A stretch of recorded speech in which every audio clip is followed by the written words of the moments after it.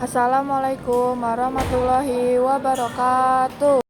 Pernikahan dalam Islam atau munafakahat. Pernikahan. Kata nikah berasal dari bahasa Arab yang berarti bertemu, berkumpul. Menurut istilah nikah, ialah suatu ikatan lahir batin antara seorang laki-laki dan perempuan untuk hidup bersama dalam suatu rumah tangga melalui akad yang dilakukan menurut hukum syariat Islam. Nikah termasuk perbuatan yang telah dicontohkan oleh Nabi Muhammad SAW atau Rasul.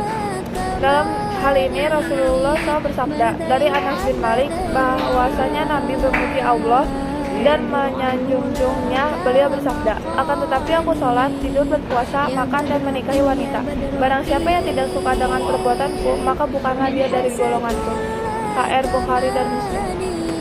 Hukum nikah. Menurut sebagian besar ulama, hukum asal nikah adalah mubah, artinya boleh dikerjakan dan boleh ditinggalkan.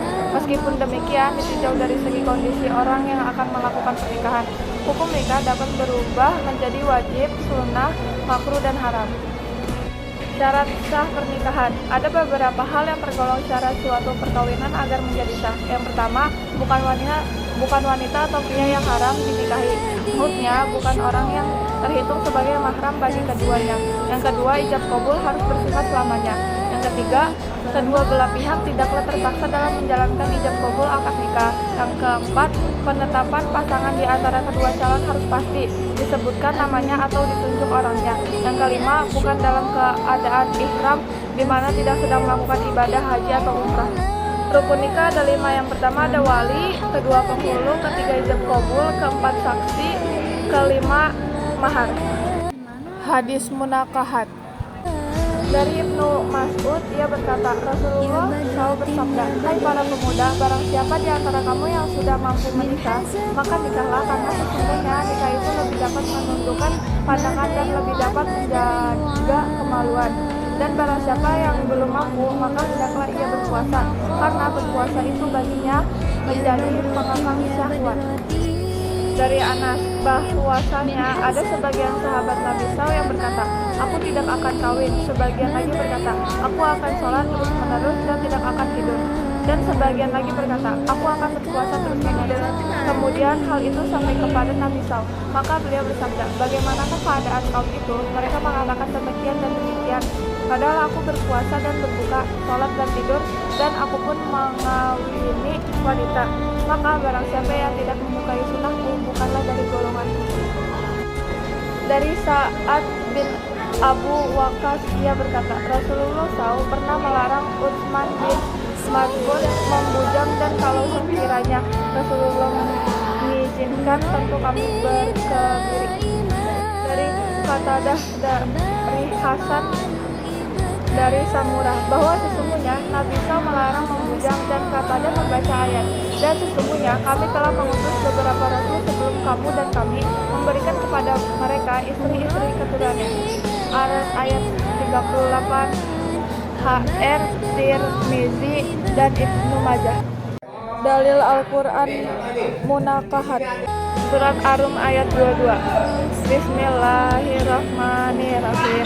Wa min ayatihi khalqus samawati wal ard wa ikhtilafu alsinatikum wa alwanikum. Inna fi dzalika la ayatil lil alimin. Artinya, dan di antara tanda-tanda kekuasaannya ialah menciptakan langit dan bumi dan belayan-belayan bahasamu dan warna kulitmu. Sesungguhnya pada yang demikian itu benar-benar terdapat tanda-tanda bagi orang-orang yang mengetahuinya. Surat Az-Zariyat ayat 49. Wa min kulli syai'in khalaqna zawjaini la'allakum tazakkarun. Yang artinya, dan segala sesuatu kami menciptakan berpasang-pasangan supaya kamu mengingat kebesaran Allah. Surat Yasin ayat 36. Subhanalladzi khalaqal azwaja kullaha mimma tubtul ardu wa min anfusihim wa mimma la ya'lamun. Yang artinya, Maha Suci Tuhan yang telah menciptakan pasang-pasangan semuanya, baik dari apa yang ditumbuhkan oleh bumi dan dari diri mereka maupun dari apa yang tidak mereka ketahui. Surat An-Nahl ayat 72.